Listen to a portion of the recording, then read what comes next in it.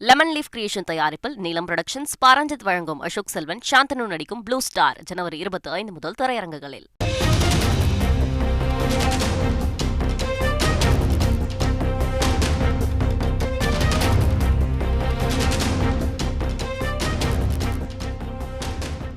இது பற்றிய மேலும் விவரங்கள் வெளிவந்திருக்கின்றன. கூடுதல் விவரங்களோடு தன்ராஜ் காஞ்சிபுரத்திலிருந்து இணைகிறார். ஒரு கடிதம் வெளியாக இருக்கிறது அப்படின்னு அறிகின்றோம். என்ன கடிதம், அதனது டீட்டெயில்ஸ் என்ன? காஞ்சிபுரம் பகுதியில் நடைபெறுகின்ற அயோத்தி ராமர் கோயிலுடைய கும்பாபிஷேக விழாவை கண்டுகளிப்பதற்காக காஞ்சிபுரம் பகுதியிலே பல்வேறு நிகழ்ச்சிகள் ஏற்பாடு செய்யப்பட்டிருந்தது.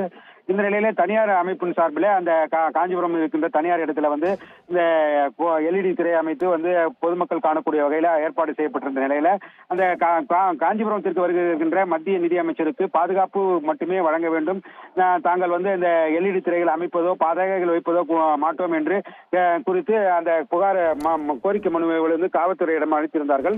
அதன் அடிப்படையிலேயே காவல்துறையினர் தற்போது நடவடிக்கைகளை மேற்கொண்டு வருகிறார்கள். குறிப்பாக அந்த பகுதியில் இருக்கின்ற ஆன்மீக அமைப்பினர், அந்த ஏற்பாட்டாளர்கள் இந்த காவல்துறையிடம் மனு அளித்திருந்தனர்.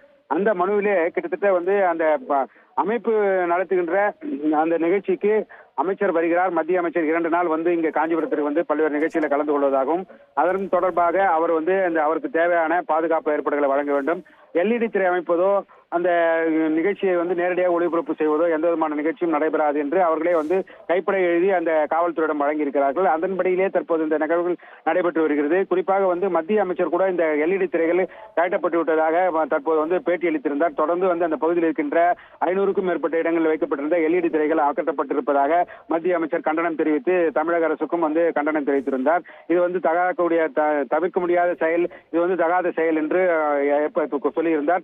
அந்த நிலையே தற்போது காஞ்சிபுரம் காமாட்சி அம்மன் கோவிலில் இருக்கின்ற உள்ளே எல்இடி திரைகள் அமைக்கப்பட்டிருந்தது. அதை காவல்துறையினர் கழட்டி விட்டார்கள். தற்போது அந்த பகுதியிலே ராமகீர்த்தனைகள் பாடக்கூடிய நிகழ்வு நடைபெற்றுக் கொண்டிருக்கிறது. அதில் மத்திய அமைச்சர் நிர்மலா சீதாராமன் கலந்து கொண்டிருக்கிறார். குத்து விளக்கேற்றி அந்த பகுதியில தற்போது சொற்பொழிவாளர் நாகை முகந்தன் பேசியிருக்கிறார். அதைத் தொடர்ந்து பாடகி சுதா ரகுநாதன் நிகழ்ச்சி நடைபெறுகிறது.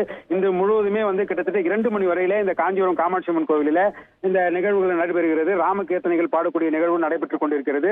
இது தற்போதைய நிகழ்வாக இருக்கிறது. குறிப்பாக காவல்துறையிடம் எந்த அனுமதியும் இந்த நிகழ்ச்சி நடத்துவதற்கான அனுமதியை இந்த மாதிரி எல்இடி திரை அமைப்பது குறித்து எந்த விதமான ஒரு அறிவிப்பையும் அவர்கள் தெரிவிக்கவில்லாத காரணத்தால் தற்போது இந்த நிகழ்வு நடைபெற்றிருக்கிறது.